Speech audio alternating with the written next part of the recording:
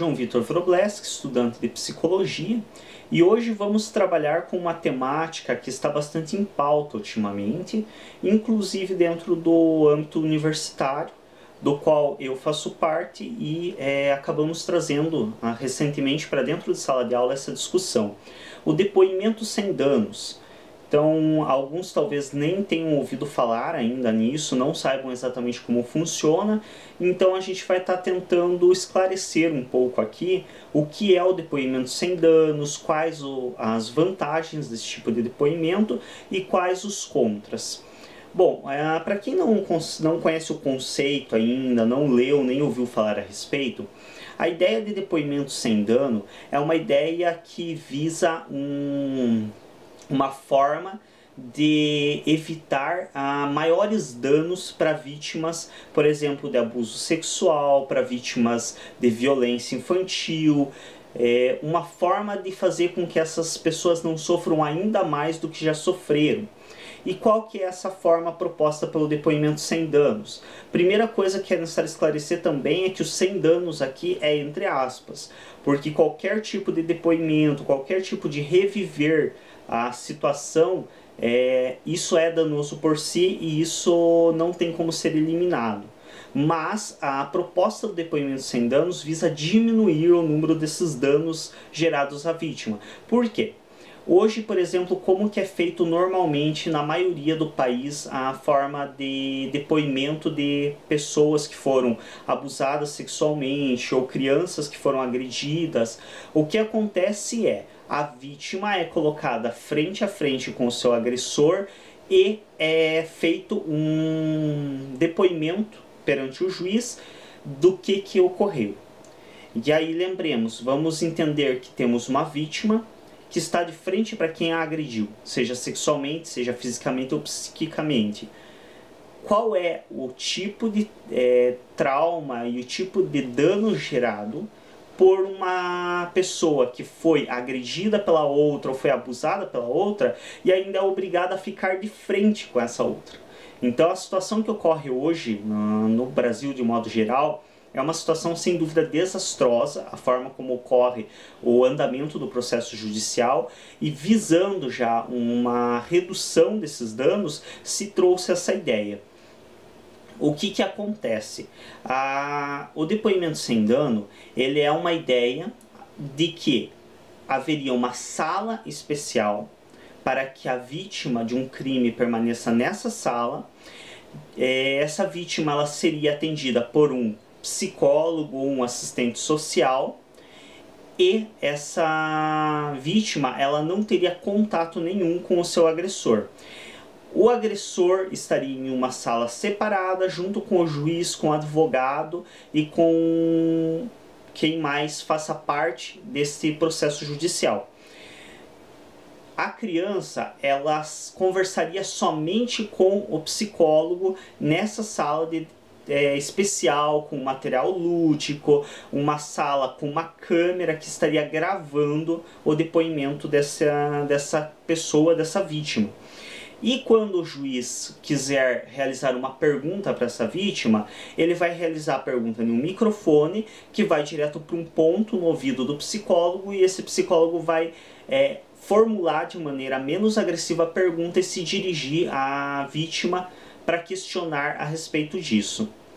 Tudo isso para evitar o enfrentamento da vítima perante o seu agressor, evitar, que a gente sabe que hoje acontece muito, a forma de se fazer as perguntas, que muitos juízes, advogados, promotores não têm um tato adequado para fazer as perguntas. Então também visaria que um psicólogo ou um assistente social ele tivesse um tato melhor para fazer esses questionamentos sem ser agressivo com a vítima. E a gravação por quê? Porque hoje, da forma que é feita, a vítima, ela chega na delegacia, ela presta um depoimento para explicar o que aconteceu. Vai pro juiz o caso.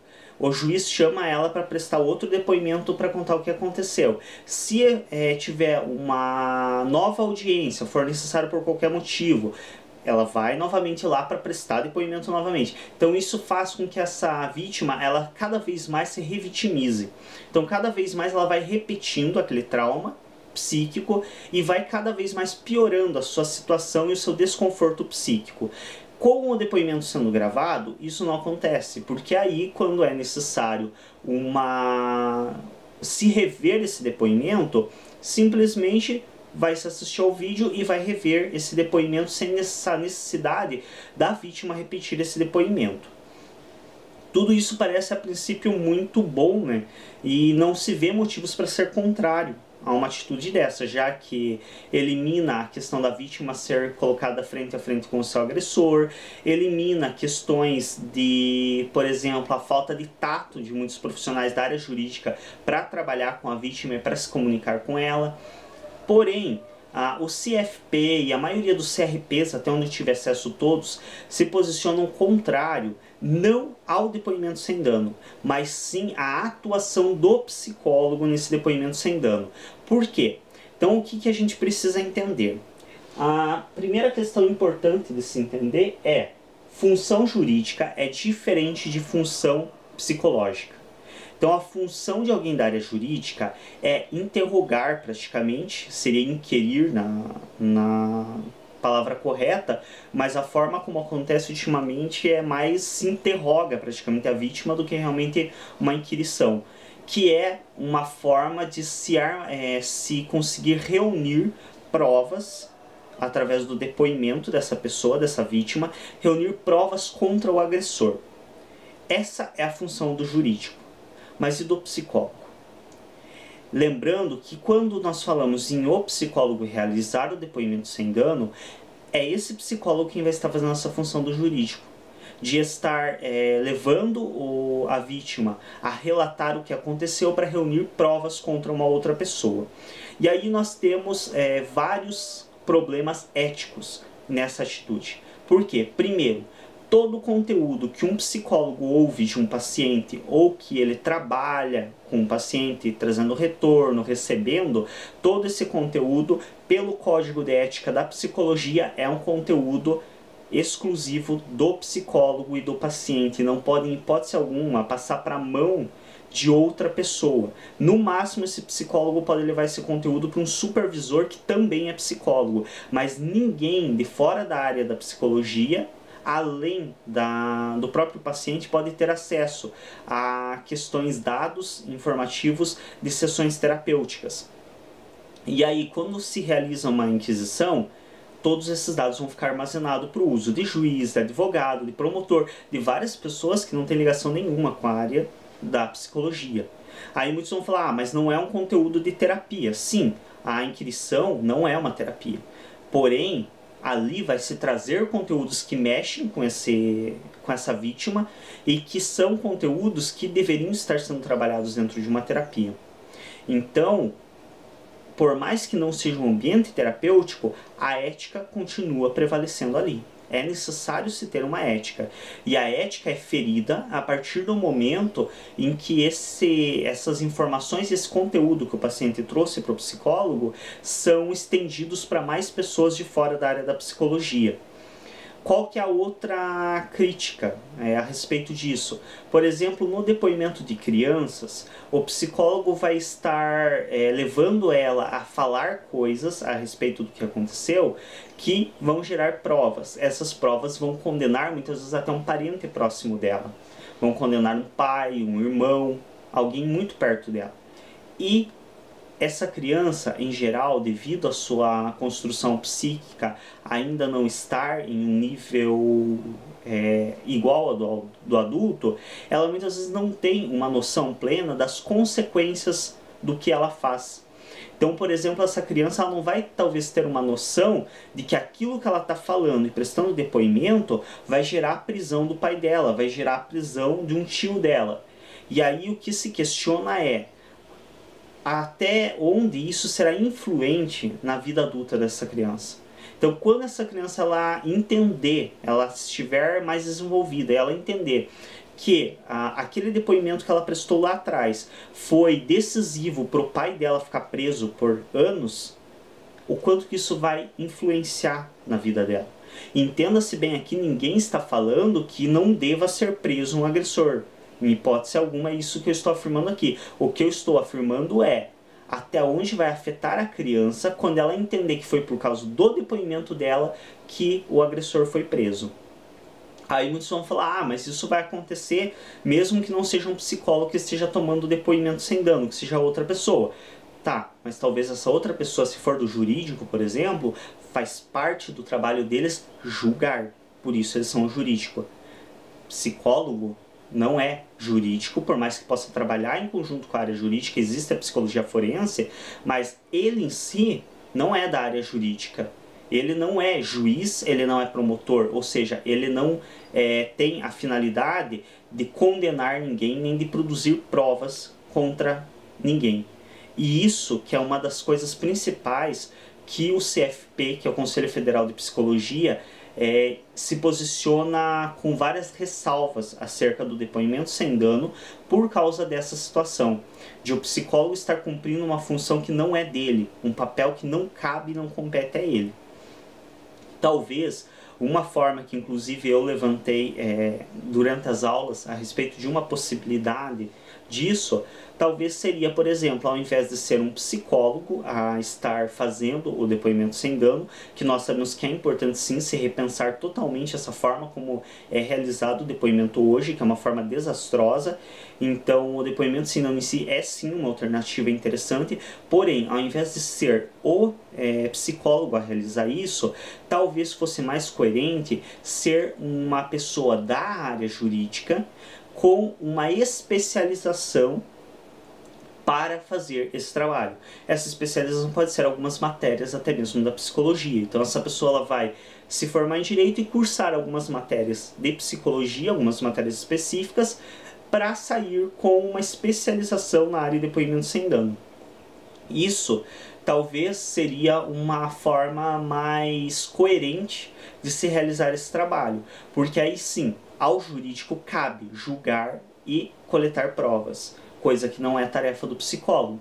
Aí muitos podem falar, mas e quando um psicólogo faz um laudo judicial, por exemplo? Porque o psicólogo ele faz laudos. Então, muitas vezes o juiz ele requisita, por exemplo, na briga de uma guarda. Pai e mãe querem ambos ter a guarda da criança. O juiz, para tentar esclarecer um pouco melhor qual vai ser a decisão dele, ele solicita a um psicólogo: olha, eu preciso que você faça uma avaliação de qual desses dois pais tem mais habilidade para cuidar dessa criança e me emita um laudo a respeito disso. Aí você vai falar que seria um trabalho semelhante ao do depoimento sem danos. Não, não é. Por quê? Porque no depoimento sem danos, a criança ou a vítima, seja a criança, adolescente ou adulto, a vítima vai estar trazendo conteúdos pessoais a respeito do que aconteceu, que vão ser reproduzidos entre pessoas que não são da área psicológica. E vai estar sendo assistido por mais pessoas isso. Agora, quando você emite um laudo, o atendimento é realizado exclusivamente entre psicólogo e paciente. Ou seja, não há acesso de outras pessoas ao conteúdo trazido dentro da avaliação. E tem mais um detalhe: no laudo, e somente ao laudo que a área judiciária tem acesso. Então, quando um psicólogo faz uma avaliação, por exemplo, eu preciso saber se é mais benéfico para essa criança permanecer com o pai e com a mãe. O psicólogo ele vai entrevistar a criança, vai entrevistar o pai, vai entrevistar a mãe, vai se utilizar talvez até de testes para estar estabelecendo parâmetros e com quem seria mais adequado essa criança permanecer. Porém, o que ele vai entregar para o judiciário é um laudo. Diante de tal e tal investigação ou diante de tal e tal atendimento, foi constatado que a pessoa tal tem melhores condições de criar essa criança pelos fatores tais e tais.